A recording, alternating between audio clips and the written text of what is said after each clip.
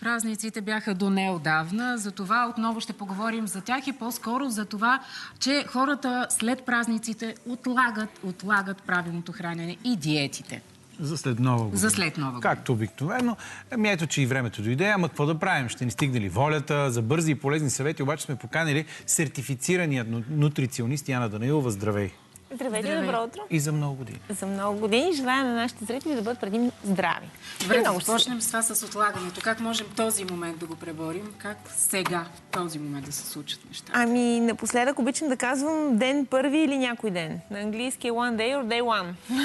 Тоест въпрос на воля е дисциплина, решение и както се шегувам с моите пациенти, колко го искаш. How badly do you want it? Нали, искам да отслабна или искам, ама нямам желание. Добре, може би да започнем с ден едно, пък за ден две ще му мислим. Може би все пак е някаква добра стратегия. Абсолютно добра стратегия. Аз не съм привърженик на драстичните промени в хранителния план. Т.е. до вчера сме празнували, консумирали сме така обилни блюда, сменяли сме празнични трапеза, гости, обилно полети с алкохол и от днес вече маруля, салата, морков. Не трябва да стресираме тялото. За да бъде успешен един хранителен режим, той трябва да бъде устойчив. Тоест, ние следва да можем да се придържаме към него дългосрочно, за да имаме здравословни резултати. Рязката загуба на телесно тегло също не е препоръчителна, крие рискове за здравето, гладуването и лечебното гладуване се допуска само и единствено в болнично заведение под лекарски контрол. Така че, ако ние желаем просто да разтоварим тялото си, да се освободим от няколко излишни килограма, мерките, които можем да предприемем, са много прости. Просто изключваме бързите въглехидрати от своето меню, всякакви газирани, посладени напитки. Всякакви газирани напитки, които са пълни с захар, празни калории. Изключваме рафинираните, десертите, рафинираните брашна също така. Какво значи това? Бяло брашно, рафинирано, бяло рис, паста. Спираме хляба, спираме пастата, спираме ориза, спираме картофа. Ограничаваме, не спираме, казвам само рафинираните. Всичко комплексно може да го задържим. Т.е. примерно комплексен пълнозърнен хляб, един тост с авокадо. Защо да не изядем един лек тост, маничък тост с авокадо? Т.е. не трябва да бъдем крайни в промените, които предприемаме.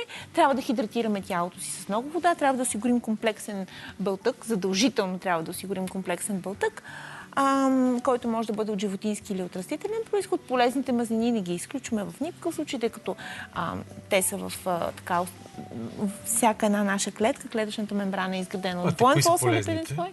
Трябва да припомняме Ненаситените или полиненаситените. Това са. Откриваме ги примерно в ядките, в авокадото, в семената, в мазната риба, в изкиснатите маслини обезсолени. Много ми се иска да споменем и количествата. Значи голяма част от хората понякога стига до там, дори разширен стомах имат по време на празниците. Ами ние се храним с очите си, не с клетките си. Т.е. поглъщаме храна, която е, бих казала, ненужна за тялото ни, просто защото ни е вкусна. И нарушаваме естествения саморегулаторен механизъм на ситост и глад.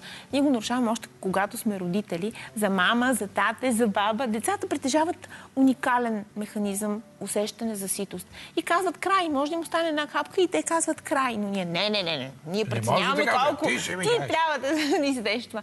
И реално това прехранване в един момент притъпява нашите усещания за ситост и когато на трапезата има изкушаващи храни, на които ние не можем да устоим, от това да си вземем, от това да си вземем и системно преяждаме. Разбира се, системният калориен излишък води до натрупване на излишно тегло. Но това е по-малкият проблем. По-големият проблем, че обикновено се стига до хормонален дисбаланс.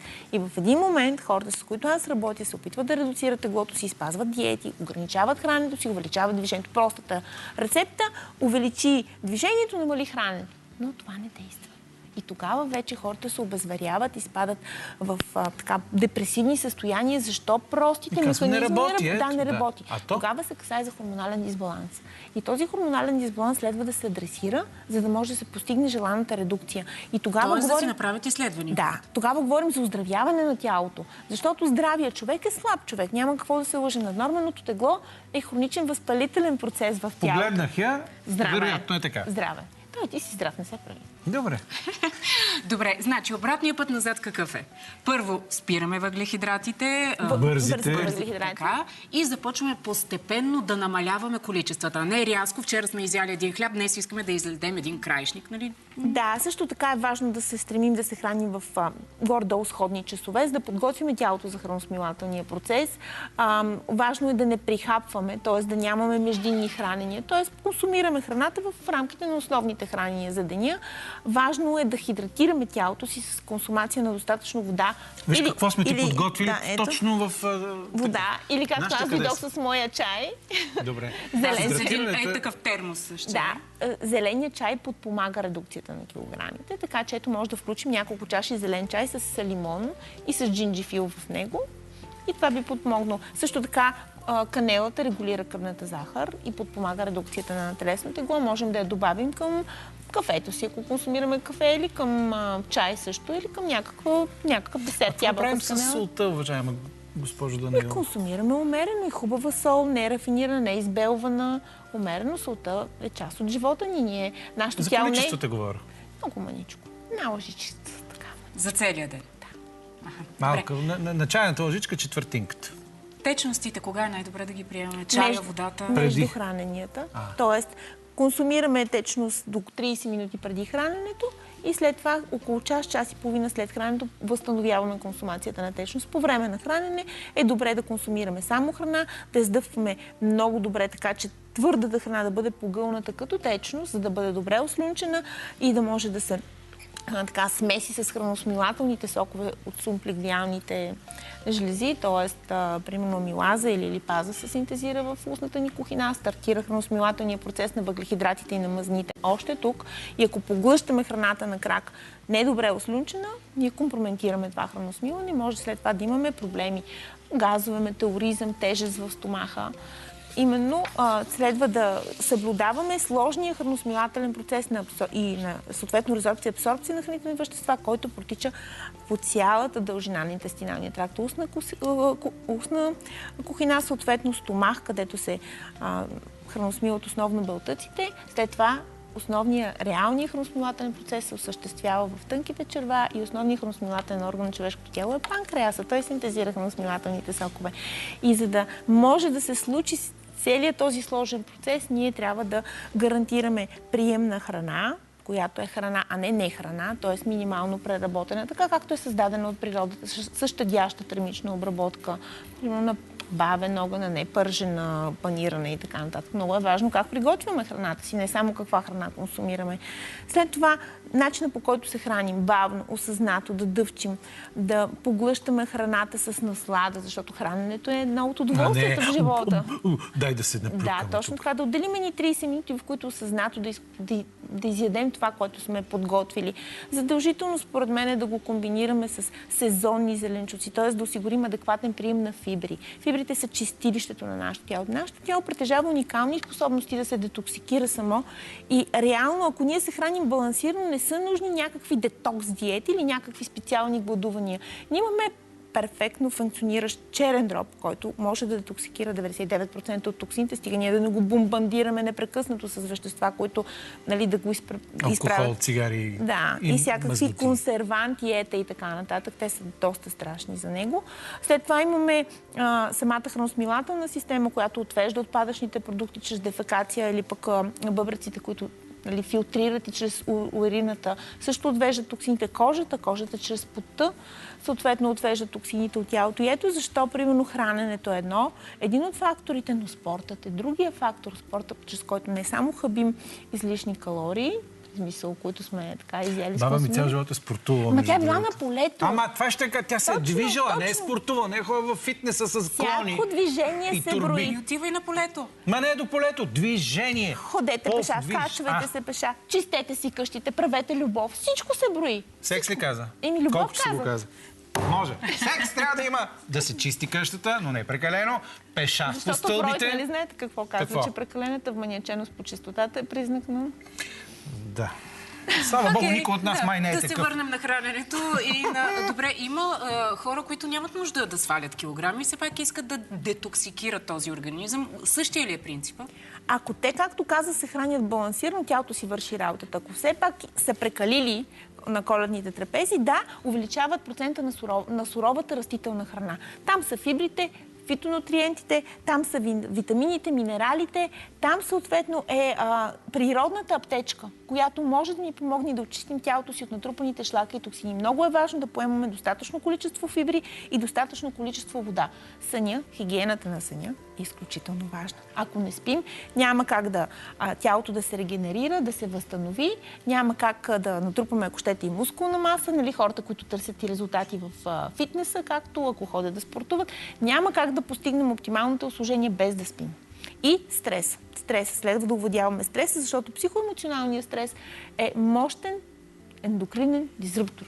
Ама, уважаема Данаилова, вие току-що казахте, буквално описахте да си променим живота, който за много хора ще е какво? Не, да хода пеша, да слизам по стълби, да ям бавно, да дъвча, да спя, да правя любов. Това са неща, които ако сме развили други навици, как, Боже мой, да ги променим? Те навиците се изграждат за 21 дни. Тоест, така ли? Да. Тоест, ако ние възприемем нов навик, първите... И се разрушават за толкова. Да. Вече създават. Може би по-бързо. Идеята е, че ако възприемем нов навик, примерно да се качваме по стълбите. Първите 1-2 седмици може би ще ни бъде трудно, после ще свикнем. И ще стане част от рутината ни. Между другото, така и с цигарите. Първите 2 седмици е зле, на третата става все по-лесно. Не ми дръж ръката на Ф. Ама ти спира. Искам само да ти кажа, че аз съм човек, който вече отказва от цигарите. Ами, докажи го. Спри ги още веднъж. Уважаемите зрители, това чакат от теб също така. Така, уважаема Данаилова, и какво по отношение на навиците? Тоест, навиците, Надя. Разбира се, не е добре да възприемаме 10 нови навика наведнъж, нали смисъл? Да се борим с всички битки едновременно да водим. Затова с малки крачки, по-малко. И се радваме на малките успехи, защото малките успехи ни мотивират. И когато един навик започне да дава своите резултати, примерно ако си лягаме 1 час по-рано, ще изглеждаме по-свежи, ще се чувстваме по-добре, ще бъдем по-енергични и дори теглото ще тръгне надолу, защото именно сами... как не? Не, надолу. Моля те. Не. Тя просто ще изчезне от този екран, моля ви се. Някои хора нямат нужда при нея ще се регулира, да кажем. Да, регулира се, тъй като, примерно, хормоналният синтез в човешкия организъм си има своя цикарден ритъм и ние следва да се съобразяваме с него. И когато нарушаваме този цикарден ритъм, се стига до хормонален дисбаланс. А когато се стигне до хормонален дисбаланс, може да няма резултата може да не е само единствено на нормално тегло. Има много други жлези, човешки жлези, които могат да излязат извън ритъм и да понижат качеството на живот. Такава, примерно, е щитовидната жлеза. Тя при стрес, физически, химически, психически, емоционален, може да се инхибира и да влезне в една хипофункция, дори и субклинична хипофункция на жлезата, което да резултатира в симптоматика, която наистина понижава качеството живота на жената. Депресивни състояния, суха кожа, забавен муталитет на чревния тракт. Как да разберем, че вече трябва да си направим изследване, че очевидно имаме някакъв проблем? След колко опита, колко време? Когато има симптоматика, тялото ни крещи, то ни алармира. Просто ние неглижираме тези симптоми. Тоест, ако имаме една хронична умора, ако имаме главоболие, ако имаме депресивни състояния, ако имаме, примерно, констипация, ако имаме някаква промяна в тугора на кожата, аз мисля, че ти описваш 50% от населението в момента. Значи 50% от населението е време да се погрижат за себе си. Аз това не е нормално. Запомня... Здравият човек няма тази симптоматика. Здравото дете, вижте го здравото дете. Говорихме си. То спи колкото иска, не ходи на работа. Но има всичко е въпрос на приоритети. Всички ходим на работа и всички имаме 24 часа в денонощието. И ние решаваме как да ги използваме тези 24 часа и кое ни е важно. Дали ще отделим 30, 40, 50, 1 час време за Фейсбук, или ще отделим няколко минути да походим пеша, или ще отделим малко време да си приготвим храната сами, защото може би е по-здравословно. Тоест всичко е въпрос на приоритети. И тези, примерно, 12, 18 часа, не знам колко часа сме будни на ден, трябва да ги разпределим по приоритети. Работата си е работа, но здравето ни е здраве. И то е най-ценният ни актив. И ако ние не инвестираме ежедневно в своето здраве, има риск да го загубим. А превенцията е в пъти по-ефективна от лечение. Уважаема госпожо Данаилова, изключително ви благодаря. Запомних от нашия разговор полека и внимателно и секс. И секс. Аз това запомних. Кой каквото. Това беше Яна Данаилова. Наистина ти благодаря и ти пожелавам успех.